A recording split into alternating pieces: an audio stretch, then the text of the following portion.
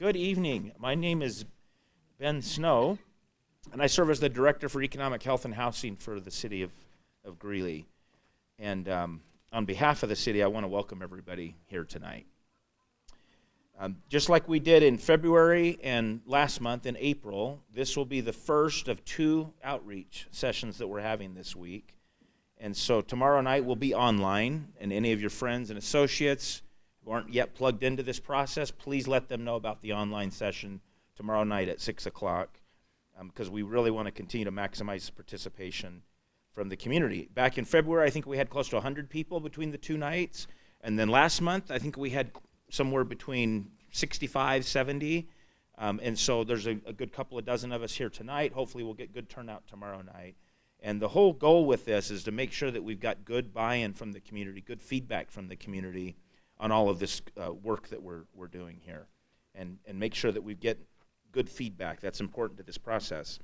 So our conversations this time around are going to continue to focus on the themes that emerged from both the February and the April sessions that we had. We'll continue to talk about some models that work well around the state and around the country, and you're going to have an opportunity to continue to provide input through our breakout groups tonight. The cities of both Greeley and Evans have been responding to homeless and housing issues for many years. And I'm going to repeat a lot of this stuff because many of you may not have been here for the last couple of outreach sessions here. But this is really important that you understand the history of what's brought us to this point. We do continue to provide support for the current cold weather shelter, the Navigation Center, and other nonprofit service providers who coordinate with each other in both of our cities year-round to address these issues. In fact, Greeley held a city council work session back on January the 25th. For those who still have not seen that, I would encourage you to go in there into the city's archives. You can hear a little bit of the conversation that was taking place at the Greeley City Council. So what we're going to be doing is having these 2 outreach sessions that will complete the series of outreach that we're going to be having. So again, thank you all for being here. What we're really trying to do is find a longer-term response to homelessness. Back in 2020, in the early days of the pandemic, city staff from both Greeley and Evans, along with many nonprofit partners, all came together, and we began in earnest looking at how other communities are grappling with these same kind of issues that we're seeing here in Greeley.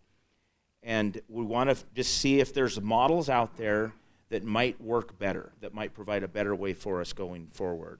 And part of that discussion involved looking at a possible campus where you can take some of the housing and community services and consolidate those onto a singular campus. About 6 months ago, City of Greeley hired Urbanity to help determine how we can best proceed on temporary sheltering and affordable housing options for the future. The scope of this project includes evaluating our current situation, looking at the current data on homelessness and housing, analyzing the demand for temporary shelters and permanent housing, and estimating capital and operating costs associated with these options. Additionally, the process includes having wider conversations like what we're going to be doing with you all tonight and again tomorrow night. I'd also like to recognize once again Heather Balzer. She's serving as the city's interim chief resiliency officer, and she's also our project manager on this work. So thank you, Heather, for continuing to play a key role in this project. With that, I'd like to now turn things over to James and Urbanity, who can take it from here. Thank you all. Well, thanks, Ben. Hey, everyone, again. I'm James Roy, Urbanity Advisors, and this is their 3rd set of meetings. I think I recognize everybody in the room. Is there anyone that's new in the room? Got 2 people, 3 people? Cool.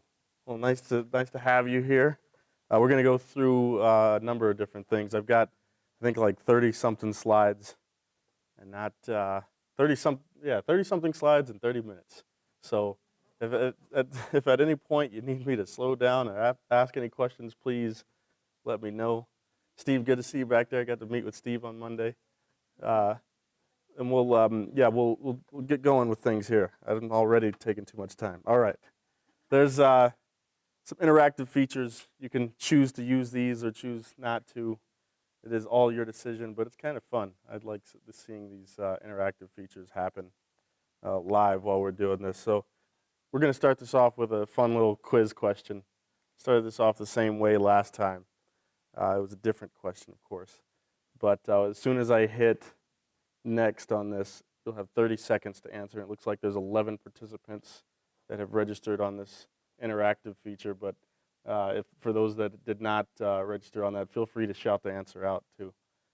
How many community and neighborhood parks are in Greeley? And it's the answers are between 31, 42, and 59. This question is compliments of Amy outside. She thought of this one. 10 seconds left. Does anybody want to shout out the answer before it shows? Oh, well, it showed already. 59 parks. And most people guessed 42, and you were wrong.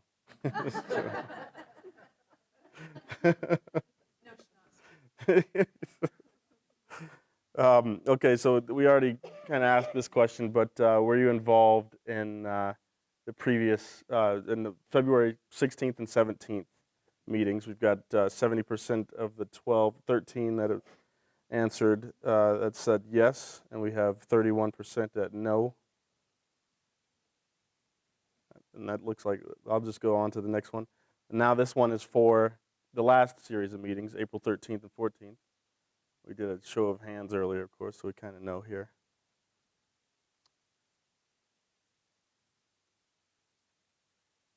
We got a 60-40 count right now.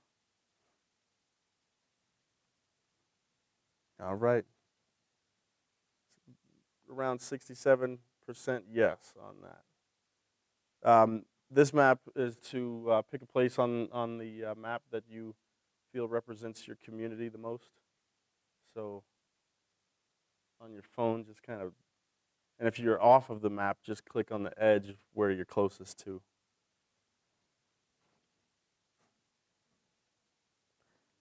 We've got some folks in central Greeley here. One close to Garden City. One West Greeley.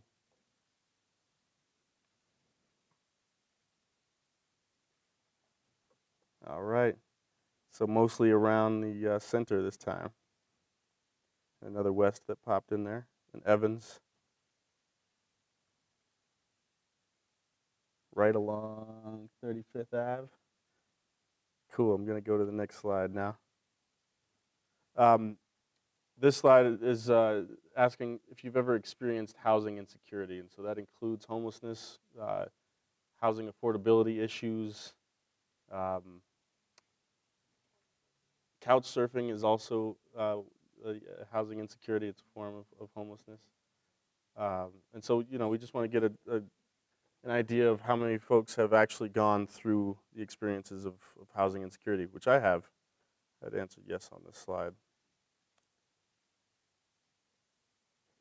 So we've got 57% yes and 43% no tonight out of the 14 votes.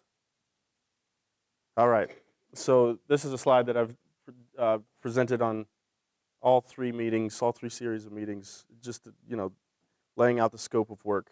And I'm just going to keep on going because I think actually there are some new people in the room. I'll just say it real quick. So our scope of work for Urbanity Advisors was to evaluate the existing conditions of homelessness in Greeley, analyze what might be driving that locally and regionally, evaluate the best practices for solutions that could address it, provide opportunities for engagement like these meetings, and then estimate development and ongoing operating costs. Ben mentioned that earlier. That's really kind of looking at those solutions and talking about how much it would cost, where you can get the funding, and what the gap might be to where we have to seek other sources. And then lastly, outline the financial feasibility and funding options, kind of similar to that last step there. Urbanity Advisors, we are a firm that I formed in 2015. I'm the founder.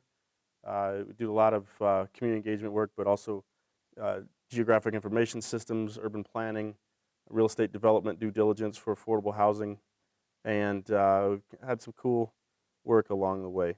This is our team, just the faces there. I'm going to skip this slide. This slide, or next series of slides, is going to talk about what we learned in the last couple of meetings, the last series of meetings.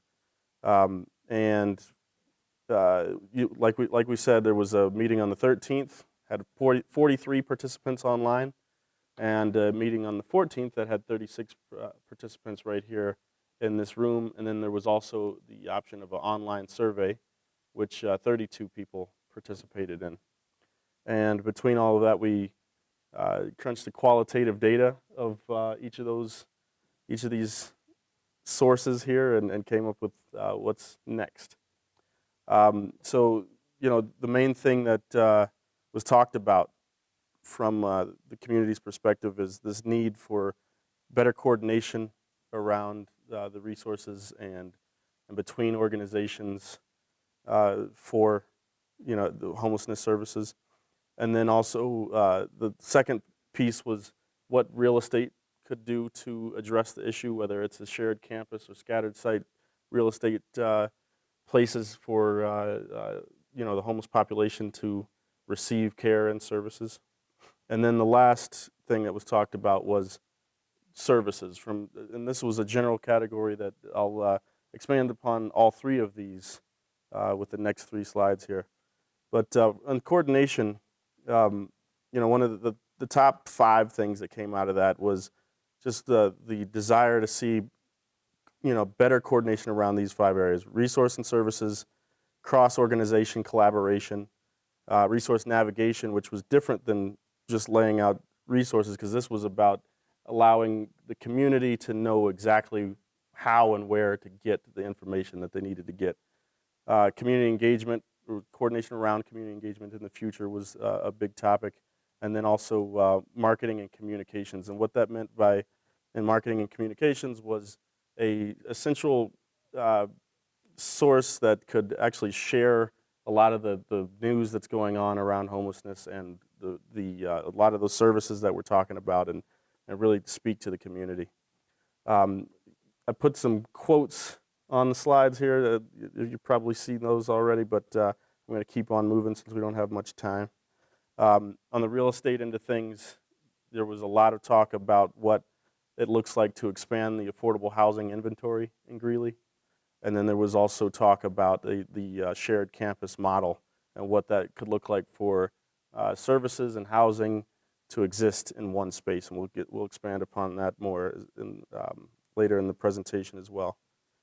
For the services side of things, this was anytime folks were mentioning mental health, adult education, which actually the adult education linked to a lot of different concerns, and mainly around educating people about what homelessness is and isn't, and that there are some ways that folks are thinking about it that people express they want the community to view the homelessness community better. Health and Human Services was another big topic: transportation, workforce and employment, and then substance abuse. So those were the top things mentioned around services there. So all of that and the meetings before helped us produce what we are about to review next, which is the recommendations, which we're referring to as the what. So we had the first meeting was the why, exploring those current conditions and everything that was going on. That second meeting was the how, where we talked about what can we do to start making that happen. And then this is the actually proposing what we might be able to do here. So I'm going to go through 3 different sections that address the 3 areas that we lined out in our slides before. The first is solutions to coordination. And one of the biggest things that came from that, and a lot of people mentioned this by name as well, is what this framework called collective impact could do to address the issues around coordination and bringing people together to collaborate better around it. And to explain collective impact, I actually had a video that does not look like it's working here. But I'm just going to actually talk through it, because I actually run a collective impact nonprofit in Denver as well, too, outside of my urban planning. But Collective impact is a network of community members and organizations and institutions who advance equity by learning together, aligning, and integrating their actions to achieve population and systems level change. So that's when, like the city of Greeley, Weld County, I almost said Mile High United Way, United Way of Weld County, and the continuum of care, and everyone that works on the, Guadalupe, anyone that's working on homelessness issues, to come together to agree on what they're trying to accomplish from a very broad standpoint, and start to plan actions around each other to make sure that we're moving in step, agreeing on what success looks like from a data standpoint, and then measuring that success over and over again by with each other. And what that's usually held together by is these 5 principles, starting with a common agenda, which means you coming together and collectively defining that problem, like I was saying. Establishing the shared measurement, which is the data, looking at the continuous improvement behind establishing a data point that you can continue to see change. Foster mutually reinforcing activities, which is those actions that are going to be set together. Encouraging continuous communication, so that's the constant meetings, talking, building relationships between organizations, and making sure that they are always communicating. And then lastly, it's to have a strong backbone. And so a backbone organization is what really holds together collective impact and does the communication and encourages all that communication and all of these elements to continue to happen over and over again. And so, with that said, the main recommendation behind this is to think about utilizing the collective impact framework to address calls for better coordination, and to build not only that, but to build upon the existing leadership in the community to define a clear backbone entity. And so some of the backbone options that we thought were very clear, 2 of them actually that are on this list are directly related to United Way. And United Way is an organization that has been recognized nationwide for being involved with collective impact around the country, and has actually led a lot of powerful collective impact. And also is already set up in a lot of ways in Greeley to do a lot of that, and by what they do. Now, of course, from my understanding, United Way also is doing a lot of direct service work, which is not usually what United Way is a part of when they're doing backbone work. So for that reason, we also put the city of Greeley and/or Weld County as a potential backbone organization. The number one choice, though, for what just in looking at the data and understanding what's moving forward here, is just the opportunity that the Northern Colorado Continuum of Care that's held at United Way, or fiscally sponsored by United Way, could be. And that maybe it's because Northern Colorado Continuum of Care includes Larimer County and Weld County as they think about their homelessness initiatives and moving forward with things, that maybe there should be a subgroup that is born out of these recommendations that focuses on Greeley, and that could be led by the city of Greeley, possibly underneath the values of the continuum of care. And so, our suggested timeline on that is immediate, because I think a lot of that collective impact framework material can really get going on making things coordinate a lot better and answering that call. Collective impact standpoint, I run an organization called Denver Metro Community Impact in Denver. And in the first year and a half, 2 years of studying the framework, I noticed that a lot of what it was based on was data and and researchers' perspective of building change. One of the things that it's done very well as a framework nationally, but also what I recognized in it, is that it didn't include community very well, I should say. It intended to, but it didn't. And so one of the things that anyone that's enacting collective impact as a framework into their the way of doing things and making change, that it needs to include this fourth step right here, which is cultivating community engagement and ownership of the process. And that requires that continuous communication with community, continual meetings, and making sure that everyone knows what's going on. And so, in the slides before, when we talked a little bit about what folks had wanted to see, increased opportunities around that, but also better marketing coordination, I think could be one of those key things to make sure community's involved. This slide right here really refers to what a backbone organization should do within that framework of holding things together.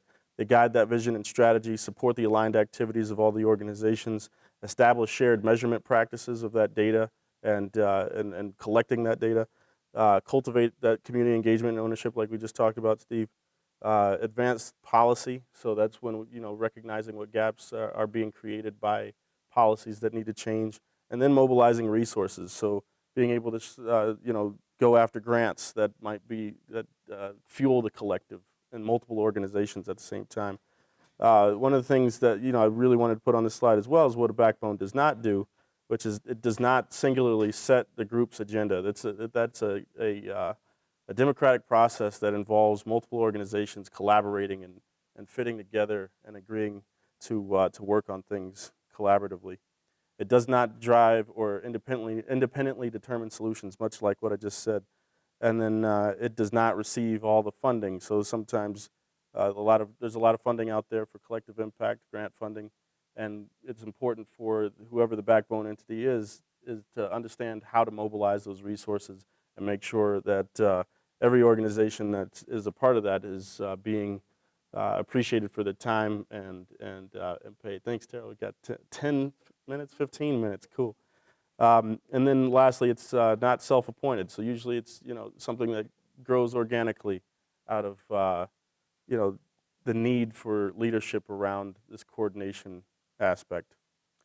I listed 3 examples of collective impact working well throughout the country that are focusing specifically on homelessness.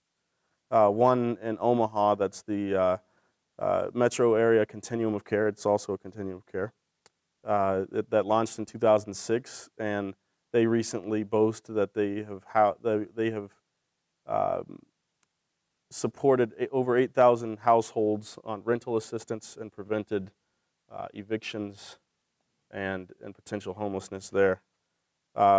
In Coatesville, Pennsylvania, they're just getting started on a collective impact organization. That is a small town outside of Philadelphia, and they launched in 2021 and received a $225,000 grant to explore collective impact and build their initiative up, which they are working on right now. And then lastly, of course, I think when anyone thinks of homelessness, I think the biggest homeless population in the country is Los Angeles, obviously. Not very comparable to Greeley at all, but one of the things that, I think as we're looking at different examples throughout the country is to learn from their mistakes and what they've done well. And Los Angeles has a program called Home for Good that launched in 2010 that has had 2 successful ballot initiatives across the city. And then they've also launched a program called Encampment to Home, which they boast that 93% of the people that they housed remain housed. It's a really cool stat, though. Definitely, these are things to look at and dive deeper into if a collective impact initiative would start to really dive in on what can be done. So the next part is to talk about the real estate aspect, which is the second most frequent topic. And the first thing was that we realized that needs to happen is to conduct a housing needs assessment.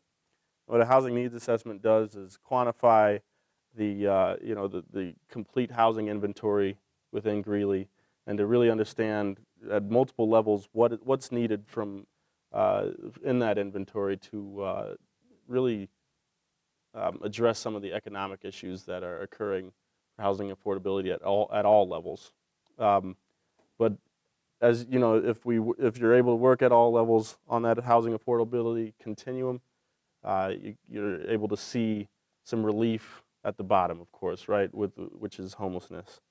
Um, the second thing is to pursue the pre-development research for what a campus-based model could look like, and I recommend that that is done with collective impact and including as many of the multi-organizational partners as possible that are working in the services and housing area to think about what what type of services can happen there, such as housing, healthcare, the mental, dental, and physical healthcare, employment, substance abuse treatment, food, shelter, clothes, and there was one collective impact organization that I said that or shared campus model that even helped the homeless with their court proceedings, so they weren't getting in deeper trouble and ending up in jail.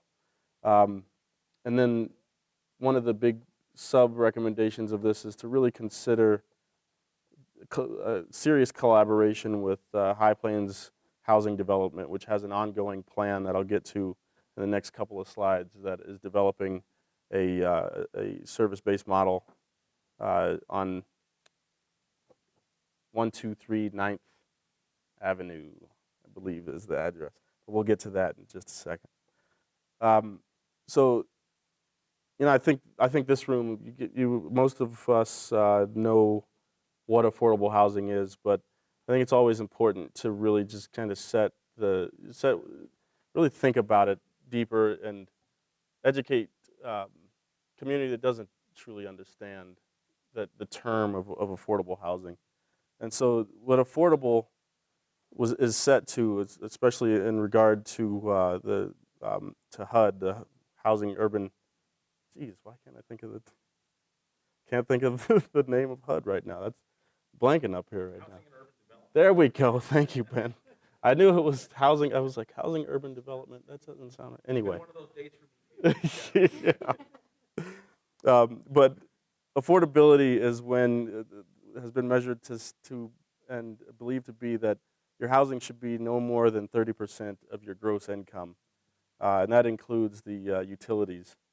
And so when we're thinking about that, that's usually where that area that you want to keep things in. So this next slide, which I wanted to kind of reveal in chunks because I know there's a lot of information on this slide here, but this is talking about what the area median income is for Weld County, which is $69,000, and then also along this continuum here, the different area median income levels that exist within that. So we've got 30% AMI and below, which is targeted at the homeless population and those that would need transitional housing, and that is anything below $21,000 a year or $10 an hour at full-time hours. And for that 30% affordability index that we talked about in the slide previous to that, that means that they're the most that they could afford at $21,000 is $525 per month. And I don't know of a place many places that you can find for $525 a month, of course. You go up the continuum here to the 60% AMI, which is around $42,000, and that 30% housing cost would be about around $1,050 a month. Moderate income is at $55,000, about $1,400 a month for rent there, and then the middle at that $69,000, the most affordable place would be around $1,700 a month rent or mortgage. And that's around $33 an hour for a full-time job there. So, in that bracket right there, the 80% is usually, actually 120% and below is usually where affordable housing is created. And to increase the inventory that's available to these brackets of incomes would alleviate and help adjust the economy to hopefully meet some of those lower, more transitional and emergency shelter transitions into homes there. So this is one of those slides that it says a lot. There's a lot that goes into it. There's a lot of housing programs and subsidies that create housing in those brackets, but it's just one of these important things to understand about it. So now we want to talk about the service-based campus model. These are actually this picture right here at the top. Terrell, who I just talked to briefly. This is her baby right here. She developed this in Denver. It's the Royal Village, and it is actually, Terrell, would you mind? Can you share about that? Maybe you just talk next to me. So Dolores was born, or a Royal Village was born out of two service providers. The Dolores Project, which I was the executive director of, which was solely shelter for women and transgender individuals.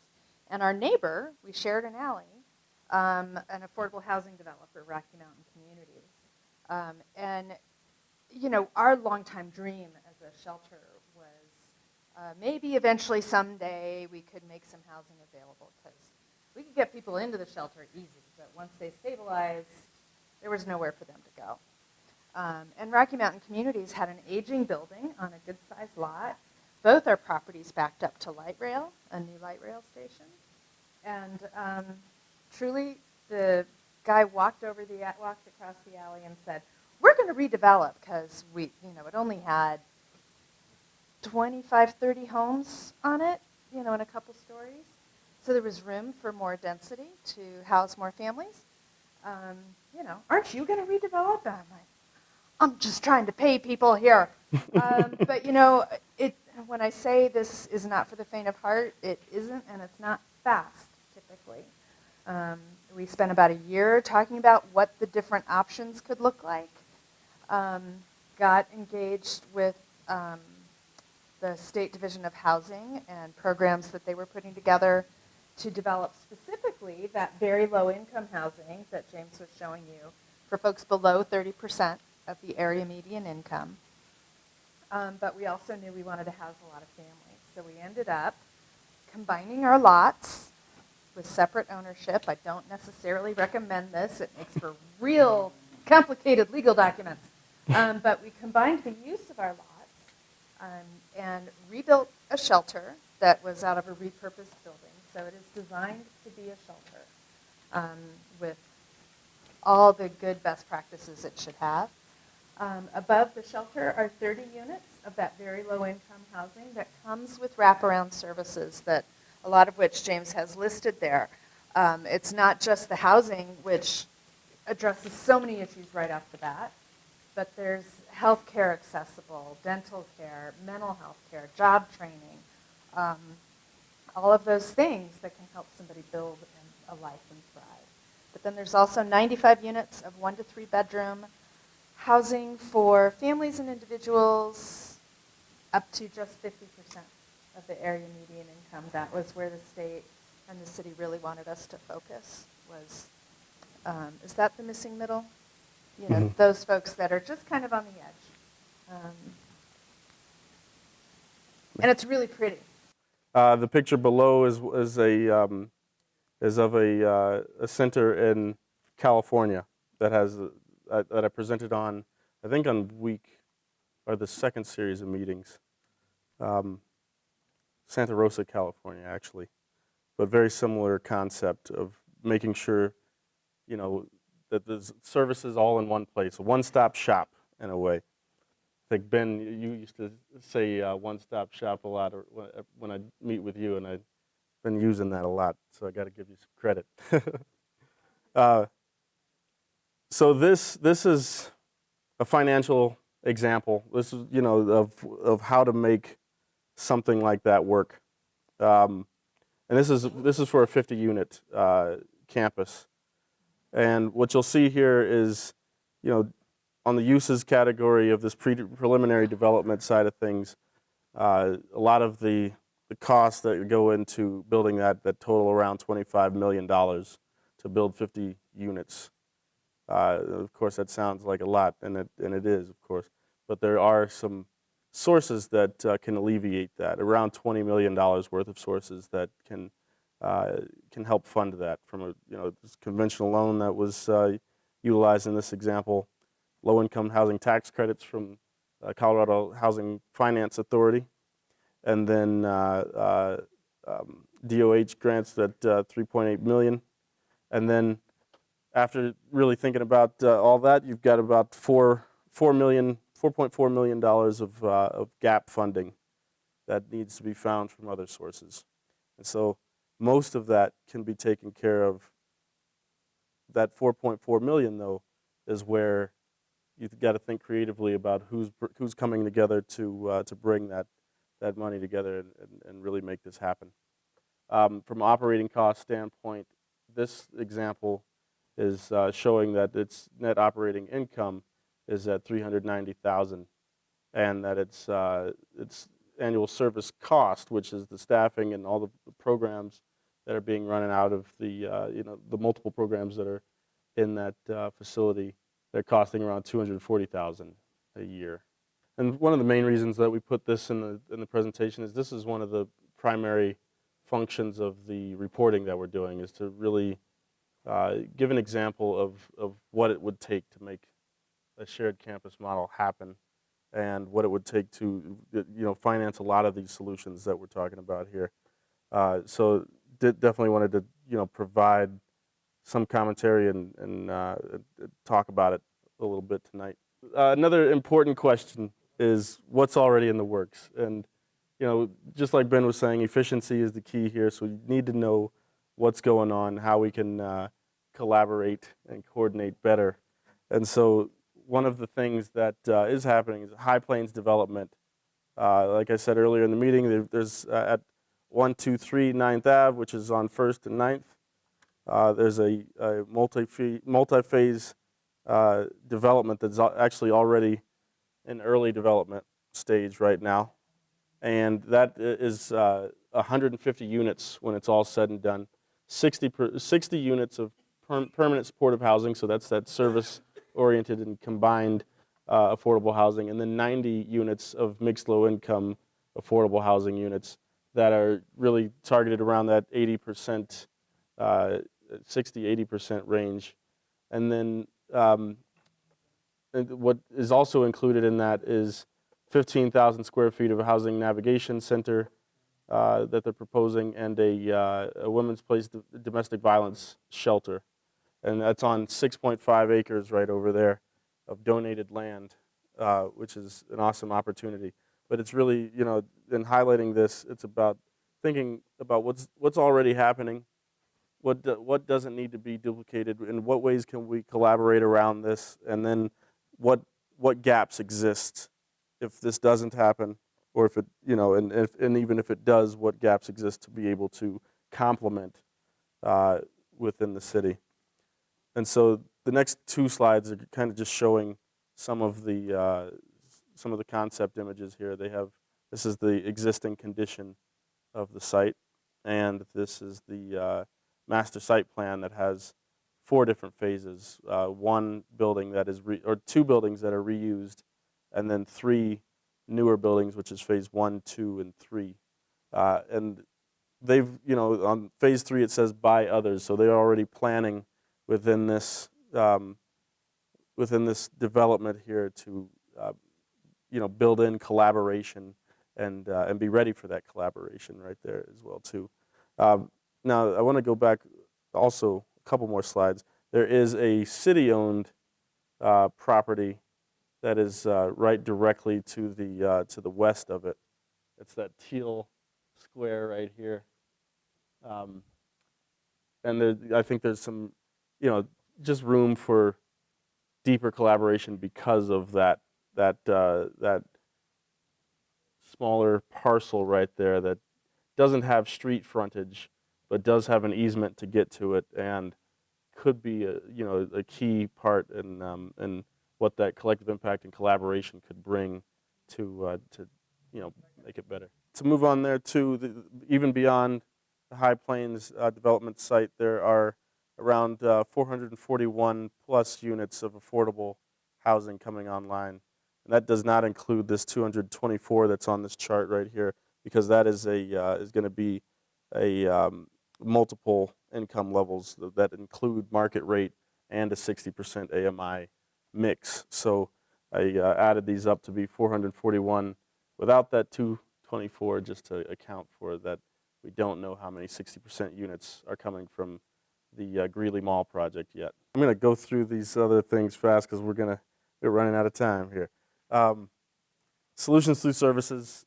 So establishing a clear understanding of the risk and protective factors. This is what I was talking to Steve about earlier, and helping to identify the gaps and of the current services available, and build well-rounded solutions that also include preventative measures, like Steve remarked earlier. The second point here is to establish a user-friendly resource guide for organizations, the housed and unhoused community, to go to and see all, a very well-informed, and easy to navigate list of resources that are available. The third is to explore some creative temporary solutions. And so I'll just go through these a little bit quick here, but one of the things that we really need to, focus on with this and moving forward is what can we do to prevent homelessness from becoming a thing later on. And there's a lot of different studies and opinions on these risk factors, but for one of the most used recently, it identified the ones that are on this list, which is adversity in childhood, the socioeconomic situation, mental health problems, and addiction problems. And of course, under each of those is a more specific thing that that predicts homelessness later in life. So if you go down this list and you check off a bunch of these, it is more likely that the person would be affected by homelessness than if these were not checked, of course. So understanding those and understanding what types of actions, those collaborative actions can exist to deal with the problem before it even becomes a problem. So moving on, the next part of that recommendation is the user-friendly resource guide. So one of the close example, very close obviously, is the Fort Collins Homeless Resource Guide. They have a list that just a printable resource and online that lists out all the shelters, all of the health and behavioral health care stuff, the food assistance, employment, clothing and gear, public benefits, veteran services, just anything that the homeless can take a look at and go straight to. And I think obviously the transportation is key there, and that's one thing that's on this map as well too, is all the transportation lines and how close they are to those services. And so being able to establish and build something like that here in Greeley, I think would be a really helpful and key thing moving forward. There's obviously 211 that United Way runs, and that's a great service, and I think something to circle around and continue to support United Way. One of the things, though, that I would say that in studying the resources here, there are lists. They are extensive and really hard to navigate, even for someone that is in the business. And how do we simplify that? How do we make it easier to use for the homeless community? Also for those that know the homeless community and want to help and direct them to help. So it's just about getting into a more user-friendly space and making it more navigable than what it currently is, which is there's a lot of different sources and a lot of lists, and we just need to collaborate better on that. And the creative solutions side of things, we've looked at tent encampments that are called safe outdoor spaces. There's a group called Colorado Village Collaborative that's in Denver that Actually, Terrell is the chair of the board of as well. She just touches everything. But where they provide these igloo tents, igloo-style tents that are in a maintained space that is staffed and secure and has resources and services coming, and just as a better shelter option than the scattered camping that usually occurs around it. So this is a temporary solution, and while defining greater solutions and helping people move forward. Another one is tiny homes. They are upgrade from the tent, basically. Same thing, temporary solution, maybe different aesthetic. And then lastly, safe parking. The idea around that is for same thing as the tiny homes and the safe outdoor spaces, is providing people space for people that live out of their cars, a place to park for the night, resource rich, and to really feel safe and protected by the staffed location that is there. Now, of course, all three of those are temporary solutions into really building around the ecosystem and continuum of housing and services, and also the prevention that we talked about. So now was supposed to be the community conversation, which was 30 minutes ago. We were supposed to start this. Let's, if we could, we'll do a 10-minute breakout session here. Because a lot of the homeless people, they want their car, because they want their freedom, but they don't want to be folks at 9 to 5. Thank you so much, everyone. This was definitely the this was an important meeting, and it apologized that the presentation did not go as concise as I thought it would in my mind, but I think a lot of important stuff to talk about. Even our small group discussions, ours definitely felt truncated, and it was really good, and I wish we could have done more. And I'm sure other conversations felt the same. So I apologize for the time that has been a little mismanaged here. But I wanted to give anybody a chance to kind of shout out anything that you felt or learned, or really whatever you want to talk about, really, for the next 30 seconds. Steve, you said you wanted another one. Yeah. Well, I think that's one of the key things of just continually engaging the community through this process. So, I think as as we deliver this report to the city, there's going to be a lot of time to reconvene in the future. Hopefully that happens. I think it will, definitely will. But yeah, any other comments, questions, suggestions? Yeah. Someone also said to explore the. Yeah. Thanks, Bill.